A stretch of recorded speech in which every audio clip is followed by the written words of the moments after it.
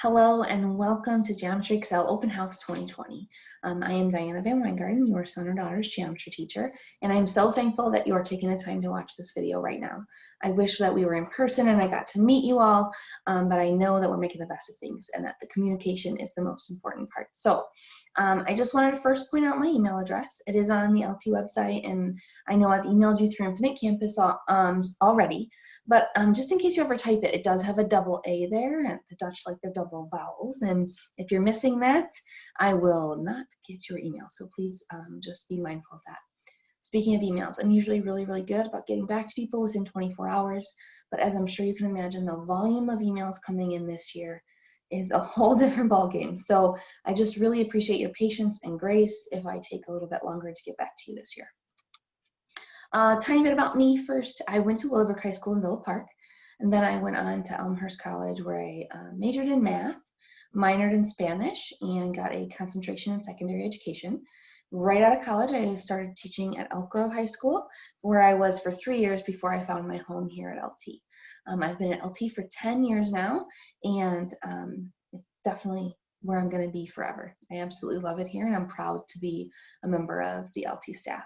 I have my master's in curriculum instruction for ESL from Concordia University, Chicago, and then I have a whole slew of other master's classes that I've taken through Benedictine University. This is my world outside of school. My husband and I have been married for almost 10 years, and then my daughter Emma is 5, and my little guy Logan just turned 2 last month. And then that sweet face right there is Stella, and she's new to the family. Actually, she's only been with us for about 2 days now. So this is my world outside of school. A little bit about my teaching philosophy so that you understand where I'm coming from with all of my communications this year. First and foremost, I am a strong believer that a student's social emotional learning needs to be at the forefront of all of our brains as we're thinking about our kids learning this year. Learning is such a vulnerable process, and they have to feel safe.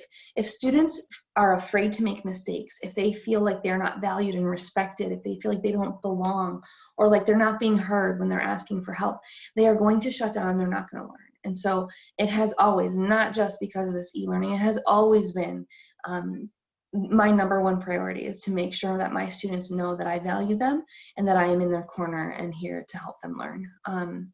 This year, probably more than ever though, that is so important. And I gotta admit, I'm a little worried because I pride myself on having my classroom be this safe haven where people, I'm used to hearing, Mrs. V, I never used to be good at math. And I'm hoping that I can make those connections with each of your children this year and help them to feel that as well. And it's just so much harder through the screen, but we're working on it and I'm doing everything I can. Self-advocacy is so huge for success in math. Math, everybody struggles at math at some point, okay? And so being able to reach out for help, whether it be to me, to a peer, letting you guys know that they're struggling, that is huge. We need them to speak up this year more than ever. I'm used to being able to walk around my classroom as students work and peer over shoulders and say, oh my gosh, so close, but you missed this, but let me help you with that, or to like listen in on group conversations and then be able to highlight the awesome things that students are saying and help fill in the gaps. And it's just, it's gonna be a challenge this year. And so I'm gonna ask for any and all help that you can give me in helping your student to speak up. I have 130 students, and so I'm trying my best to grade as much as I can and give feedback so that I can catch them before they fall. But if you can please just stress with them how important it is to tell me if they're struggling so that I can help them. Okay, growth mindset. This is big with math. I can't tell you how many times people have said to me, oh, my mom was never good at math, or my dad was not good at math, that's why I'm bad at math. I don't believe that. I genuinely don't. I believe that knowledge is not fixed and that students can get better with time and practice and dedication and self-advocacy and feeling safe in that learning and not being afraid to make mistakes. And so that is something that is huge. And I truly and genuinely believe that all of your children can and will succeed in my class with proper dedication and hard work and all of that. I will say though, I'm not saying that some people don't have to work harder at it than others. Trust me, I have 2 siblings and I have watched all 3 of us and our different abilities and how hard we have to work at things. So, but I just believe that everyone can, that nobody is at a level where they can't obtain success. We are all in this together, and we better ourselves when we help others.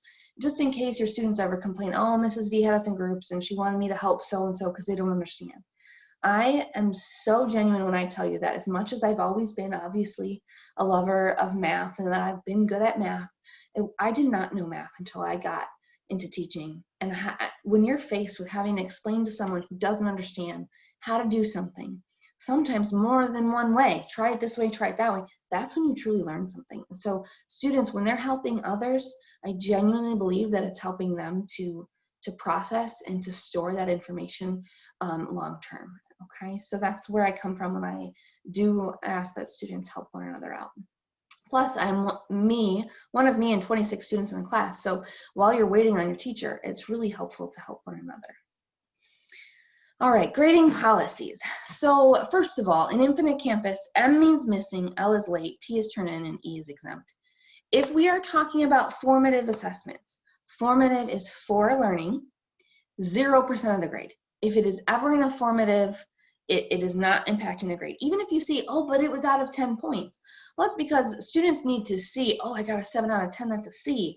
Or, oh, I did this wrong or whatever. That does not mean that it's hurting their grade. So please don't get out your calculators and try and calculate a grade out of that stuff.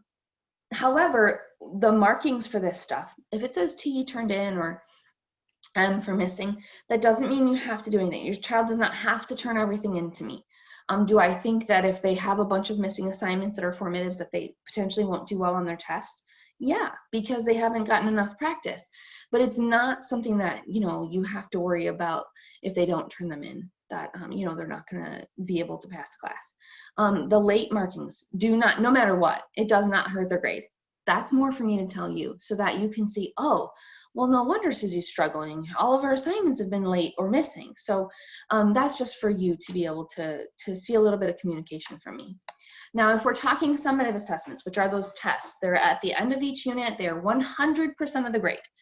So it is so important that students are reflecting on all their formatives and learning from their mistakes so that when they get to those summative tests, they are, in a good spot. There is one retake per summative, like per unit, per test, if you will. I just would caution, please be careful. Getting stuck in the vicious retake cycle is so overwhelming to students. If you're always feeling like you have to study to do a retake and then there's a current unit going on, it kind of feels like you always end up in that cycle. So just be careful with that. Oh, I'm sorry, real quick. If it's a test, a missing does not hurt their grade, but after 2 weeks, if a student hasn't made up a test, it will get turned into a 0 until they make it up. All right, our class is pretty much everything is on Canvas. To be honest, I hyperlink everything, but probably the most important thing is the feedback, and this is where I'm going to need your help. Please make sure that your students are actively looking at when I grade something for feedback. Sometimes I use ink annotations, sometimes I comment, but it takes a long time to make those comments, and I'm doing it because I know that feedback is the #1 way to help students to improve. So please make sure that your children or you are seeking and looking at that feedback. Infinite Campus is just grades. It's just where the grades are stored. Here's a quick snapshot of Canvas. You're welcome to log in and see. Again, all those blue and reds are hyperlinks, so that's kind of what it looks like. All right, homework. It is assigned every day. It's only collected occasionally. As much as I wish that I could collect and grade homework every day, I have 130 students, and it's just not reasonable. So just make sure that every night, this is what I'm begging students to do every night, you take out your homework and you go on Canvas, you look up the answer key, and I need them grading themselves. I need them getting out a red pen, a colored pen, a highlighter, and marking everything they got wrong. I'm not saying they have to redo the whole homework. I'm a very realistic person. I'm not asking them to do double homework. But the night before a test, if they can get out all of their homeworks from a unit and page through and see all those highlighter and red markings, it can be very empowering with students. It is self-prescribed of what they need. Oh, these are the things I messed up along the way. I need to study this stuff. This is what I need to learn from.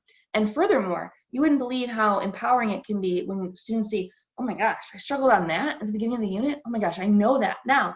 And it helps to boost their confidence. So that is something that I do expect from them. Summative assessments are just the tests there. I will be proctoring them during our synchronous Zooms. They have to upload their work to get credit. All of this is in the syllabus as well. Required materials, you know, paper, pencils, calculator, the bit. All right, last but not least, and I'm running out of time, so I'm gonna try and do this justice, but how can we work together? Parents, I'm usually one to tell students to self-advocate and take care of all the communication themselves. This year I need your help. I need your help creating positive environments at home and positive attitudes to help motivate them to learn. I cannot imagine being a teenager right now, and I do not envy them trying to learn in high school virtually, but we have to make the best of the situation here, and we have to make sure that they have a good experience. So any and all help that you can give at home is so appreciated.